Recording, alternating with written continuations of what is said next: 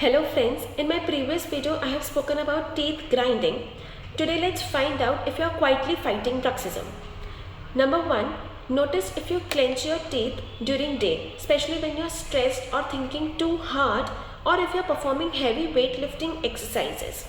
We often clench our teeth by lifting heavy weight. Number 2 clue is waking up with sore jaw. Your jaw muscles have been tired and they are working too hard. You must be a night teeth grinder.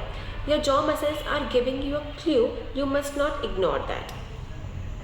Number 3 is frequent headache, especially in the morning. Bruxism may weaken your jaw muscles that might cause headaches. If these signs sound familiar to you, please visit your dentist and save yourself from teeth grinding. Thank you.